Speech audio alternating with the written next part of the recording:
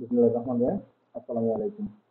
আহ MQ অ্যাপ্লিকেশনের পুরো প্রসেসটা পুরো ধাপটাকে আমরা দুইটা ভাগে ভাগ করতে পারি। একটা হচ্ছে আপনার পিডিএফ রেজিস্ট্রেশন, আর একটা হচ্ছে এমকিউ অ্যাপ্লিকেশন।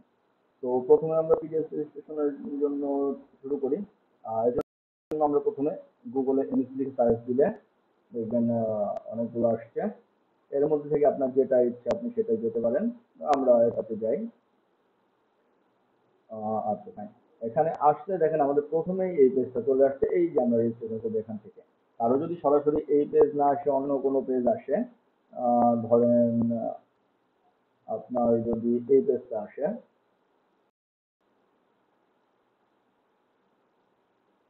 কিংবা অন্য যে কোনো পেজ আসে, আপনি জাস্ট হোমে ক্লিক করবেন। এই হোমে ক্লিক করবেন, তাহলে এই পেজটা চলে আসবে। আচ্ছা, এখানে এসে আমরা প্রথমে রেজিস্ট্রেশনে যাব। রেজিস্ট্রেশনে গিয়ে আমরা আমাদের যে non government school teacher or non government college teacher select করব। এটা সিলেক্ট করার পর আপনার আইডি অথবা ইন্ডেক্স নাম্বার থাকলে হ্যাঁ দিন, না থাকলে না দিন। যেহেতু আমাদের নেই, আমরা না দিলাম। আচ্ছা, এরপরে যেটা আছে দেখেন, এই যে আমাদের নাম প্রথমে হচ্ছে বাংলায়, ইংরেজিতে। অবশ্যই ফুল নাম দিবেন। আমি যেহেতু ভিডিও সংযুক্ত করার কারণে ছোট করছে। পিতার নাম, এমডি,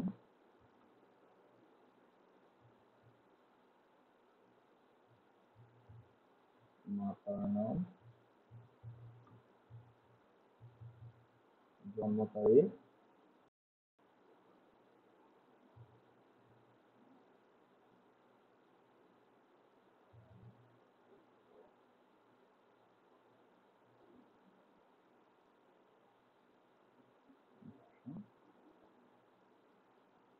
ধর্ম, নাম, নিজ জেলা, আমি ফরিদপুরের লোক, ফরিদপুর।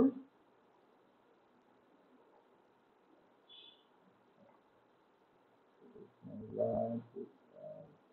পুরুষ, জাতীয় পরিচয়পত্র নাম্বারটা দিবেন।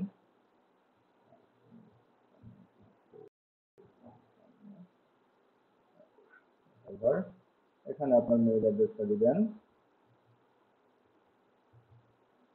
gmail.com। আচ্ছা, এরপরে আপনার পদের ধরনটা হবে সাধারণ। বর্তমান পদবি সহকারী শিক্ষক অথবা ট্রেড ইন্সট্রাক্টর, যে যে পদে আছেন। এরপর নিয়োগের সময় প্রাপ্ত পদবি সেম। যোগদানের তারিখ আপনার যোগদানের তারিখ দিয়ে দিবেন 09/2024। তারপর হচ্ছে আপনার বিষয়, যার যে বিষয় আমার হচ্ছে ইনফরমেশন অ্যান্ড কমিউনিকেশন টেকনোলজি। প্রতিষ্ঠান, এখানে দেখেন প্রতিষ্ঠানে সার্চ দিলে এই যে আসছে, এখান থেকে আপনার প্রতিষ্ঠান সিলেক্ট করতে হবে। তো এখানে আপনি যে প্রতিষ্ঠানের ধরন এগুলো দিয়েও সিলেক্ট করতে পারেন, এগুলো ঠিকমতো দিয়ে সিলেক্ট করতে পারেন। অথবা আপনি চাইলে এই যে এখানে সুন্দর করে আপনার প্রতিষ্ঠানের ইআইএন নাম্বার দিয়ে সার্চ দিলেই চলে আসবে। এই যে আমারটা যেমন চলে আসছে, হ্যাঁ, এটা সিলেক্ট করে নিলাম। এই যে দেখেন চলে আসছে। দেন আমার নিয়োগ সুপারিশকারী, এনটিআর, আমার রোল, XYZ, পরীক্ষার বছর। আচ্ছা, পরীক্ষার বছর হচ্ছে 2020-23, কি হবে এই বিকল্প আমি জানি না, এটা আপনারা যেটা ভালো মনে করেন সেটা দিয়েন। এরপর এখান থেকে আপনাদের ফাইল থেকে সিলেক্ট করে দিবেন। sorry,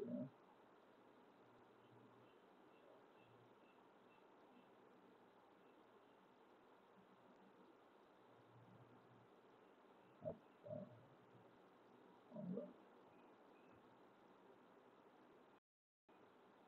এখান থেকে আপনি আপনারটা সিলেক্ট করে দিলেন। এরপরে সেম প্রসেসে নিয়োগ সংক্রান্ত ফাইলটা দিয়ে দিবেন। এখানে পিডিএফ দিতে হবে। আপনি ধরেন কোন একটা দিয়ে দিলেন। এরপরে দেওয়ার পরে এইখানে এটা কি করবেন, সাবমিট করে দিবেন। জাস্ট এটুকুই আমাদের কাছে, হ্যাঁ। এইখানে দেখেন আমাদের নিয়োগ প্রবেশকারী এনটিআরসিএ, আমাদের নিয়োগের ধরন হচ্ছে সরাসরি, বিষয়টা যা বিষয় দিবেন এইটা সার্চ করার জন্য আমি আবার দেখা দেই। এইখানে শুধুমাত্র আপনার ইআইএন নাম্বার লিখবেন, ইআইএন নাম্বার লিখলে চলে আসবে। হ্যাঁ, এখান থেকে জাস্ট সিলেক্ট করে দিবেন। এই তো এখানে আপনার মোবাইল নাম্বারটা দিয়ে দিবেন। এই হচ্ছে আপনার এখানকার কাজ। এরপরে সাবমিট করে দিবেন। দেখেন এখান থেকে সাবমিট করে দেওয়া হয়ে গেলে আপনার কাজ শেষ। এখন হচ্ছে আপনার অফিসের কাজ শুরু। অফিসের কাজ হচ্ছে এটা অ্যাপ্রুভ করতে হবে। এটা অ্যাপ্রুভ না করলে আপনি এমপিওর আবেদন করতে পারবেন না। অ্যাপ্রুভ করার জন্য প্রথমে আমাকে কি করতে হবে, ধরেন লগ ইন যেতে হবে। এখান থেকে লগ ইন করার পরে দেখেন এই যে ইউজার নেম পাসওয়ার্ড। মজার বিষয় হচ্ছে আপনার এমপিওর আবেদনের জন্য আর অফিসিয়াল এইচআরএম এইটা অ্যাপ্রুভ করার জন্য দুইটা ইউজার আইডি পাসওয়ার্ড মানে ইউজার আইডি এবং পাসওয়ার্ড আলাদা আলাদা, কিন্তু এই ইউআরএলটা লগইন ইউআরএলটা দুটো দিচ্ছেন। তো আমরা হচ্ছে এইচআরএম এ লগ ইন করবো।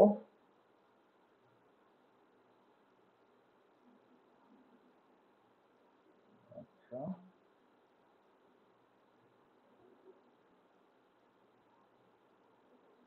এখান থেকে এইচআরএম এ যাব, teacher approval, employer registration approval, teacher registration অ্যাপ্রুভালে যাব।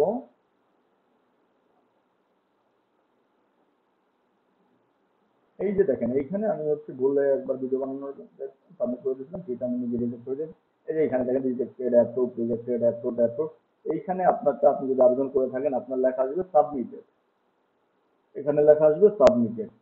সাবমিটেড লেখা আসলে আপনি ওই যে এইখানটায় এই এডিটে যে ক্লিক করবেন। তারপরে এই যে এই জায়গাটাতে এই যে অনুমোদনের ধরন, অনুমোদনের অবস্থা, এই লেখাটার উপরে দুইটা লেখা পাবেন, একটা হচ্ছে অ্যাপ্রুভ আর একটা হচ্ছে রিজেক্ট। তো আপনি এখান থেকে আপনার যদি অ্যাপ্রুভ করার দরকার অ্যাপ্রুভ করবেন, আর যদি দেখেন যে না কোথাও কোনো ভুল আসছে তাহলে এটা রিজেক্ট করে দিবেন, তাহলে হয়ে গেল। কিন্তু হ্যাঁ, খেয়াল রাখবেন আপনি যদি হ্যাঁ রিজেক্ট করেন তো এইখানটাতে আপনার এইটা কিন্তু থেকে যাবে যে আপনার এই ফাইলটা আপনি রিজেক্ট করা হয়েছে। তো এই জন্য ফর্মটা পূরণের সময় সাবধানে পূরণ করবেন এবং এখানে এসে অ্যাপ্রুভ করবেন। এই ছিল মোটামুটি পিডিএস তৈরির কাজ।